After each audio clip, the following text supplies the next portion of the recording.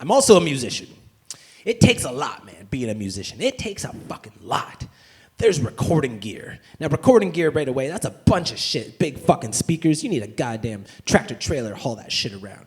And then it takes like a fucking year to make a goddamn album. If you work at a job, man, it's taking you a fucking year to make an album. And then there's marketing and gigs, and you gotta spend every fucking dime extra you make on paying for marketing and paying for gigs and paying for drives and paying for hotels and paying for shit and pay and pay. And all you do is fucking pay and pay and pay. And you don't really fucking make a lot of money coming back, man. And then I sat down and I wrote this entire sketch in 4 hours.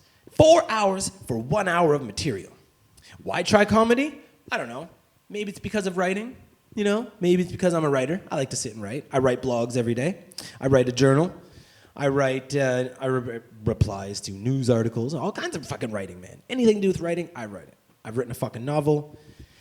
So, why the fuck comedy, man? I'm listening to a comedian one day, and he's talking about writing. And he talked about writing comedy in the same sense that I would talk about, like, writing raps or writing song lyrics or writing music.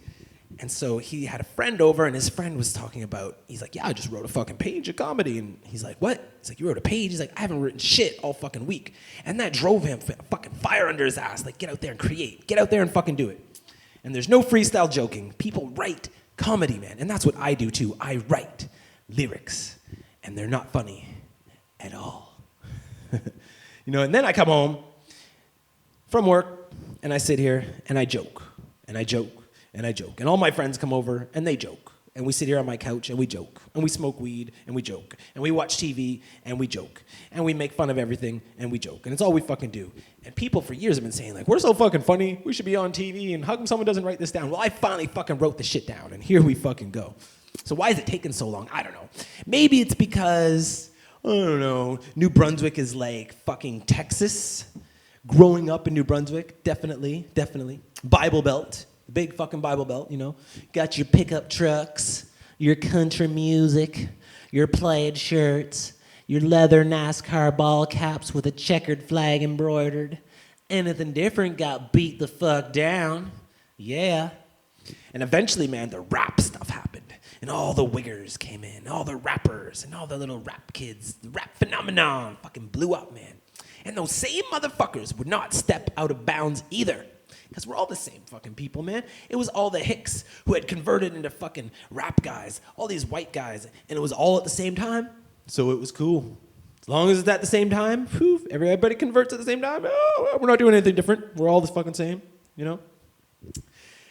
Nobody wanted to be different, man, till one day, one brave soul would show up with his regular fitted jeans, no hat, combed hair, and holy fuck, he must be gay. He must be gay. I mean, everything was gay. Gay this, gay that. I had a gay uncle, man. I had no fucking problem with gays. There was gay people around all the time. I didn't even fucking know what gay was, man. And when I did find out, I was like, so what? I got serious kid shit to do. I'm out. I'm gonna go ride my bike. Shit. Back in the day when shit was gay. My friend Brad gave me this new rap album. Well, it was new to me. NWA, man. I looked at the cover, and there's these dudes with these tight jeans and bomber jackets and fucking guns. And I was like, wow, that's fucking cool. And it was the same day, man. In my predominantly white high school in the early 90s, it was the same fucking day. There was a rumor in our school that there's a new kid coming. And this new kid is supposed to be black. And everyone's like, yeah, he's gonna be the new fucking gang leader. He's gonna run this shit. And then so the school was like, no, fuck that. Like, we're gonna send out some fucking jocks. You guys are gonna infiltrate this motherfucker. You're gonna get him playing sports. You're gonna make sure he has good grades. We don't want him fucking going outside and smoking with the smokers. I don't even wanna see that motherfucker outside ever. And so this dude shows up. They'd already infiltrated the motherfucker. He shows up to school and he's got his preppy pants on, tight jeans, and, you know, regular shirt and a fucking bomber jacket. He looked just like the fucking dude on the cover. And I'm looking at the cover at the same time that the dude fucking walked into the room, and I'm like, huh. And my friend Brad leaves over, and he's like, look at that guy. He must be gay. So I'm looking at these NWA. I'm like, dude, look at the fucking, and you think he's gay because of his tight pants. And I'm like, what? And Brad was appalled, man. He was appalled that I wouldn't go along with him on this. You know, and back then, it was still in that mentality of like, don't step out of the fucking bounds. And even if you didn't go along with someone, you were stepping out of bounds, man. New Brunswick, holy shit.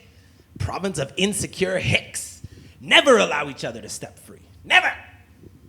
And people are like, no, Jay, no. Look at all these businesses, man. Look at all these businesses on the East Coast.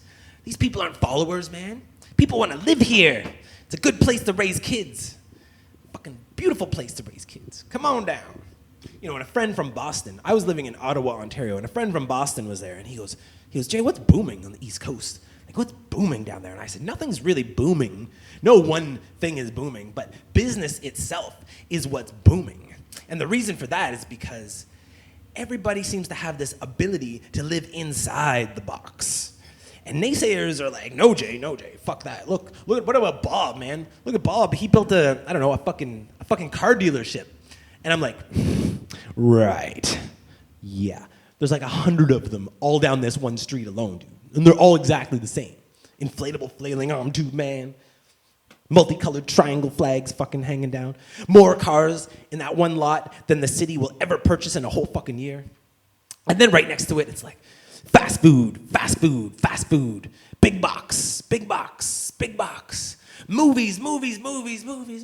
How many fucking movies can they play in one goddamn day, man? We've got like Cinema 16, Empire 20, like 20 fucking rooms, really?